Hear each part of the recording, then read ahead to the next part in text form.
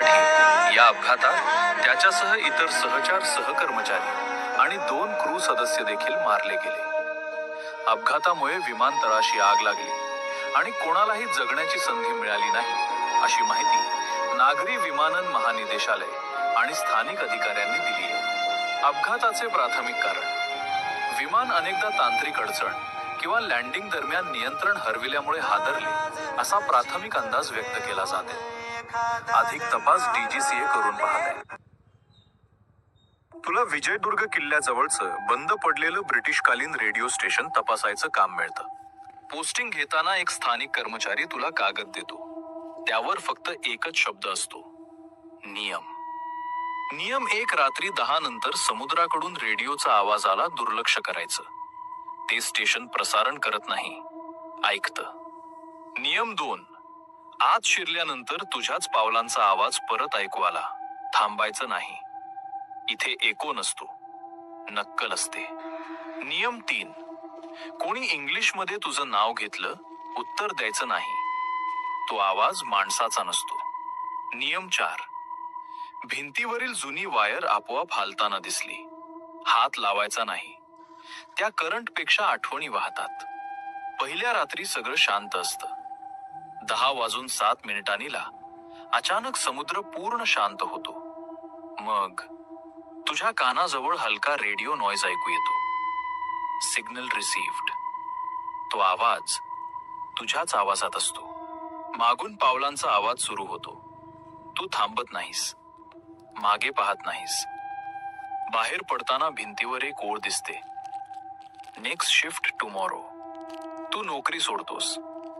2 आठवड्यांनी तुला कळतं, तुझ्या आधी तिथे काम करणाऱ्यांचे ट्रान्सफर रेकॉर्ड्स आहेत, पण एक्झिट रेकॉर्ड्स नाहीत. कारण विजयदुर्ग जवळचं ते स्टेशन लोकांना कामावर ठेवत नाही, ते तुला ऐकून ठेवतं. कोकणातल्या एका लहान गावाबाहेर जुन्या नारळी सुपारीच्या मळ्यात तुम्हाला नाईट वॉचमॅनची नोकरी मिळते. दिवसा सगळं नॉर्मल, पण रात्री कोणीही तिथे थांबत नाही. गावात फक्त एक नाव कुजबुजत घेतलं जातं, मुंजा. तुमच्याकडे 3च गोष्टी आहेत, एक काठी, लहान घंटी आणि गळ्यातला राखेचा धागा. काढायचा नाही. रात्री 9 ते पहाटे 5 मळ्यात फेरफटका मारायचा आणि नियम पाळायचे. नियम 1, 11 नंतर मुलासारखं हसणं ऐकू आलं तर थांबायचं नाही. नियम 2, पायात दोरा अडकल्यासारखं वाटलं तरी खाली पाहायचं नाही. नियम 3, मागून ओळखीच्या आवाजात नाव घेतलं गेलं तरी उत्तर द्यायचं नाही. पहाटे राखीचा धागा आपोआप सैल झाला तर समजा तो आज इथेच होता, पण तुम्ही वाचलात. त्या दिवशी मागे वळून पाहू नका. कोकणात मुंजा दिसत नाही, तू माणसाच्या मनात राहतो. कधी अनुभवलं असेल तर नक्की कॉमेंटमध्ये सांगा. कोकणातील झोटिंग एक खरा अनुभव. सिंधुदुर्ग 2016. आमच्या गावात संध्याकाळनंतर जंगलातून एकट्यानं जाणं टाळतात, कारण तिथे लोक झोटिंग असल्याचं म्हणतात. एक दिवस आमच्याच गावातला रमेश संध्याकाळी 8 वाजता शेतातून घरी निघाला. रस्ता ओळखीचा होता, पण जंगलात शिरताच त्याला अचानक असं वाटलं की कोणीतरी मागून चालत आहे. त्यानं मागे वळून पाहिलं, पण कोणीच नव्हतं. पुढे चालायला लागला आणि तेव्हाच त्याचे पाय जड झाले, जणू कोणी अदृश्य दोरीनं बांधले. घाम फुटला, हृदय जोरात धडधडू लागलं. तेवढ्यात त्याच्या कानाजवळ हळूच श्वास घेतल्याचा आवाज आला. ना शब्द ना सावली, फक्त अंगावर अचानक गोठवणारी थंडी. रमेशनं घाबरून राम राम, शिवशंकर असं मोठ्यानं म्हणायला सुरुवात केली. क्षणातच तो दबाव सुटला आणि तो धावतच घरी पोहोचला. आजही रमेश म्हणतो, मी काही पाहिलं नाही, पण त्या रात्री मी एकटा नव्हतो हे नक्की. आजही त्या वाटेवर संध्याकाळ नंतर कोणी थांबत नाही. कोकणात लोक म्हणतात, झोटिंग दिसत नाही पण जाणवतं. महाराष्ट्रात एक असं गाव आहे जिथे चोर दार उघडं पाहूनही आत शिरायची हिम्मत करत नाही. कारण इथे दार नाहीच. अहिल्यानगर जिल्ह्यातलं शनी शिंगणापूर गाव. इथे एकाही घराला दार, कडी किंवा कुलूप नाही. गावकऱ्यांचा विश्वास आहे की शनिदेव स्वतः रात्री गस्त घालतात. जो कोणी चोरी करतो तो काही दिवसातच अपघात, आजार किंवा मानसिक त्रासाला सामोरा जातो. म्हणूनच इथे लोक घर उघडं ठेवून झोपतात. भीती गावकऱ्यांना नाही तर गुन्हा करणाऱ्यांना वाटते.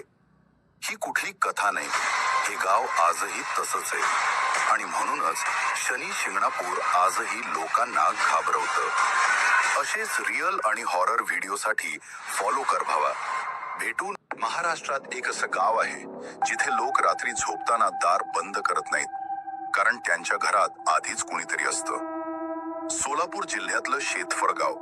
इथे भिंतींमध्ये नागांसाठी वेगळे कप्पे केलेले असतात.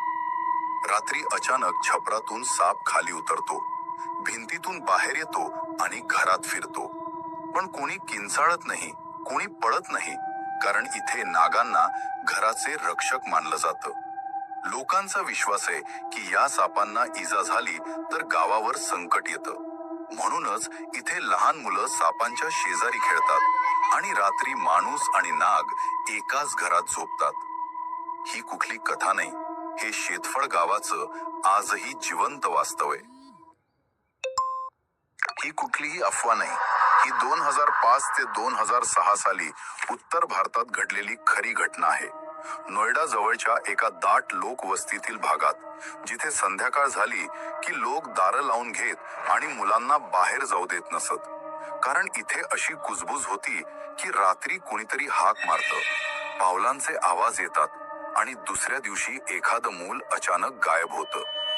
एका घराजवळून जाताना कायम विचित्र वास यायचा. ड्रेनेज मधून अजब आवाज ऐकू येत असल्याचं काही लोक सांगायचे. म्हणून सगळ्यांना वाटायचं की हे एखाद्या भूताचं सावट असावं. पण जेव्हा अखेर त्या ड्रेनेज मधून मानवी कवट्या, हाडं आणि फाटके कपडे बाहेर आले, तेव्हा सत्य उघड झालं की ही घटना नोएडा जवळच्या निठारी भागात घडली होती. आणि हा अंधार कुठल्याही आत्म्याचा नव्हता, तर मोनिंदर सिंग पंढेर आणि सुरेंद्र कोली सारख्या माणसांनी विकृत वासना, सत्ता आणि मानसिक आजारातून निर्माण केलेला नरक होता, ज्यानं संपूर्ण भारताला हादरवून टाकलं. आणि लोकांना समजलं की कधी कधी भूते नसतात, माणूसच सर्वात भयानक भूत ठरतो.